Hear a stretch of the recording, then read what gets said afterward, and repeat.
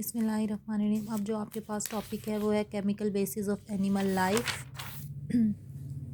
Chemical basis of animal life ये होता है कि आपकी बॉडी जो है वो कौन कौन से सब्सटेंसेस से मिल के बनी है। फॉर एग्ज़ाम्पल कौन कौन से एलिमेंट्स हैं जो आपकी बॉडी को बना रहे हैं। जैसे हम बात कर रहे होते हैं ऑक्सीजन है, कार्बन, हाइड्रोजन, नाइट्रोजन, कैल्शियम। तो ये सारे एलिमेंट्स जो हैं ये आपके मिल के जो है वो आपकी बॉडी को बना रहे होते हैं। ऑर्गेनिक इनऑर्गेनिक एलिमेंट्स हैं जो आपकी बॉडी को बनाते हैं। बेसिकली इन एलिमेंट्स को हम केमिस्ट्री में ही डील करते हैं ना, केमिस्ट्री के सब्जेक्ट में, इसलिए हम लोग जो है इसे केमिकल बेसिस कह देते हैं कि एलिमेंट्स कौन कौन से हैं। कार्बन, हाइड्रोजन है। तो केमिस्ट्री आपको पता है साइंस की वो ब्रांच होती है जिनमें आप सब्सटेंसेस के रिएक्शंस को देखते हो, रिएक्टेंट्स को देखते हो, फिर उनसे कौन सा प्रोडक्ट्स बनता है आप उनको देखते हो।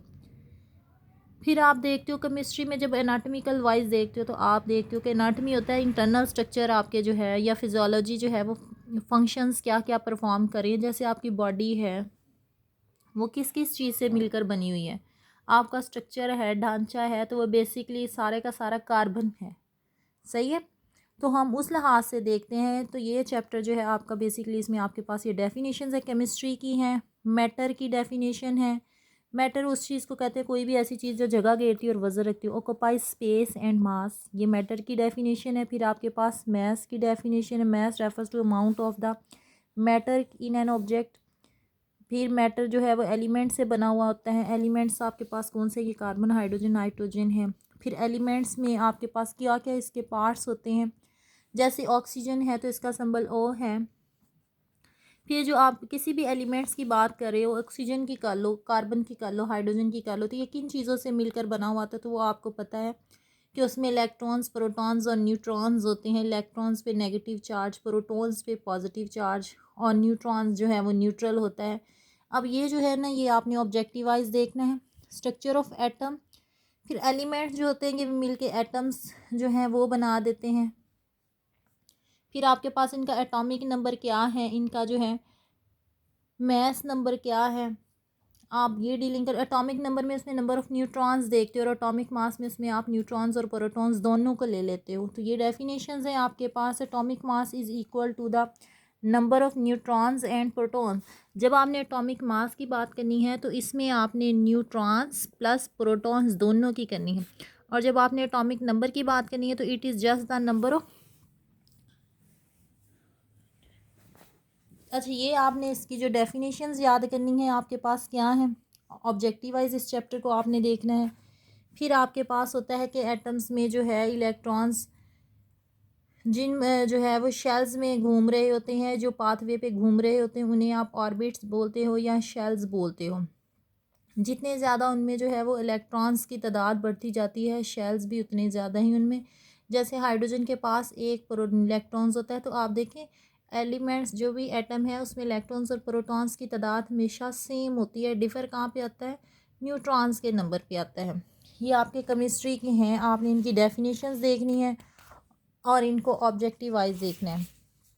फिर आपके पास है compounds, molecules, aggregation of atoms, ये भी आपके पास डेफिनेशंस हैं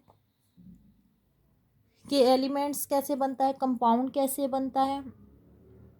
एलिमेंट्स जो है एक या एक से ज़्यादा एटम्स आपस में मिलके क्या बना देते हैं, कंपाउंड्स बना, मॉलिक्यूल्स बना देते हैं। और जब दो या दो से ज़्यादा मॉलिक्यूल्स आपस में मिले तो वो कंपाउंड्स बना देते हैं। फिर जो एलिमेंट्स आपस में मिलते हैं या एटम्स आपस में मिलते हैं तो वो या तो उनके दरमियान आयोनिक बॉन्ड्स होगा या कोवलेंट बॉन्ड्स होगा। इनकी भी आपने डेफिनेशन करनी है। कोवलेंट बॉन्ड्स बनता है शेयरिंग ऑफ इलेक्ट्रॉन से, कि एटम्स के दरमियान इलेक्ट्रॉन्स शेयर हो रहे हैं तो उनसे क्या बन रहा है, जैसे हाइड्रोजन और हाइड्रोजन आपस में मिलके एक हाइड्रोजन का मॉलिक्यूल बनाते हैं। और हाइड्रोजन का मॉलिक्यूल, हाइड्रोजन हमेशा मॉलिक्यूलर फॉर्म में होता है। ये देखें H2 की फॉर्म में होता है। इसके पास भी एक इलेक्ट्रॉन है, इसके पास भी एक इलेक्ट्रॉन है। ये दोनों जब आपस में मिलेंगे तो ये क्या हो जाएगा, आपके पास H2 हो जाएगा। और आपको ये भी केमिस्ट्री में आपने पढ़ा होगा कि वो आपस में क्यों मिलते हैं। वो इसलिए मिल रहे होते हैं क्योंकि ये जो ऑर्बिट्स होते हैं तो इनका एक असूल होता है कि इसमें एक स्पेसिफिक नंबर में इलेक्ट्रॉन्स होना होता है। हाइड्रोजन के पास एक ऑर्बिट है, ये शेल होता है, लेकिन ये रूल होता है कि जो ये शेल है उसमें ज़्यादा से ज़्यादा 2 इलेक्ट्रॉन्स हों, दूसरे शेल में ज़्यादा से ज़्यादा 8 इलेक्ट्रॉन्स हों। तो ये केमिस्ट्री का रूल है। तो इसमें जो कि हाइड्रोजन में एक इलेक्ट्रॉन होता है बाहर वाला, तो फिर वो अपने आप को कंप्लीट करने के लिए दूसरे हाइड्रोजन एटम के साथ मिलता है और अपना जो है वो बाहर वाले शेल को कंप्लीट करता है, वो मॉलिक्यूलर फॉर्म में आपके पास आ जाता है। फिर आपने देखना है कि बॉन्डिंग्स किस तरह की है। हाइड्रोजन बॉन्ड्स हैं जिनमें ऐसे एटम्स जिनके दरमियान हाइड्रोजन बॉन्डिंग बन सकती है, इसमें वो आपको बता रहे हैं ये वीक अट्रैक्टिव फोर्सेस होती है हाइड्रोजन बॉन्ड्स की। आयोनिक बॉन्ड्स जो हैं जो अपोजिट चार्जेस के दरमियान होते हैं, जैसे सोडियम और क्लोरीन जो अपोजिट चार्जेस के दरमियान बॉन्ड्स होते हैं, जैसे सोडियम और क्लोराइड, और ये आपके पास आ जाता है कॉमन साल्ट सोडियम क्लोराइड, इनके दरमियान आयोनिक बॉन्ड्स होते हैं। ये भी आपने इनकी डेफिनेशन और जस्ट एग्जांपल्स आपने करनी है। फिर आपके पास है एसिड बेसिस एंड बफर्स की डेफिनेशन। एसिड्स ऐसे सब्सटेंसेस होते हैं जिनमें प्रोटॉन्स होते हैं, या जो ऐसे सब्सटेंस होते हैं जो पानी में हमें हाइड्रोजन आयंस देते हैं, जैसे HCl हैं। जब इसको पानी में आप डालते हो या आप कंडक्ट करते हो तो इसमें हाइड्रोजन और क्लोरीन आयंस आते हैं। बेस ऐसे सब्सटेंसेस होते हैं जो क्या देते हैं, वो हाइड्रोक्सल आयंस देते हैं, OH नेगेटिव आयंस या हाइड्रोक्सल आयंस देते हैं। फिर बफर क्या होते हैं आपके पास। बफर कोई भी सब्सटेंस ऐसा सब्सटेंस होता है जो क्या करता है, रेजिस्टेंस क्रिएट करता है या मज़ाहमत करता है any change in pH of a substance. Buffer क्या होगा, any substance which can resist change in pH। pH क्या होती है, pH जो होती है वो किसी भी जो है सब्सटेंस कह लें या कोई भी आपके पास जो है वो सॉल्यूशन है या कोई भी चीज़ है आपके पास, उसमें हाइड्रोजन आयंस की और हाइड्रोक्सल आयंस की जो है वो कंसंट्रेशन को जाहिर करती है। pH क्या होती है, उसमें हाइड्रोजन और OH नेगेटिव आयंस की कंसंट्रेशन को जाहिर कर रही होती है। और इन चीज़ों को मेजर करने के लिए एक भी स्केल होता है जिसे आप pH स्केल कहते हो, सही है, जिसे आप जो है किसी भी सॉल्यूशन की pH मालूम कर सकते हो। और pH स्केल मालूम करने के लिए हमारे पास एक स्केल होता है, ये देखें, अगर कोई सॉल्यूशन है उसकी pH है वो 0 से 6 तक आ रही है तो वो एसिडिक सॉल्यूशन है।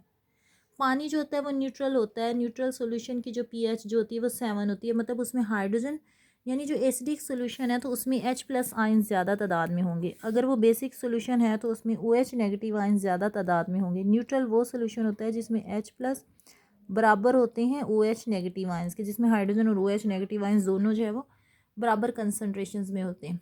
ये इसमें आपने pH की pH की डेफिनेशन, एसिड बेस की डेफिनेशन, बफर की डेफिनेशन, और इसको आपने ऑब्जेक्टिवाइज करना है।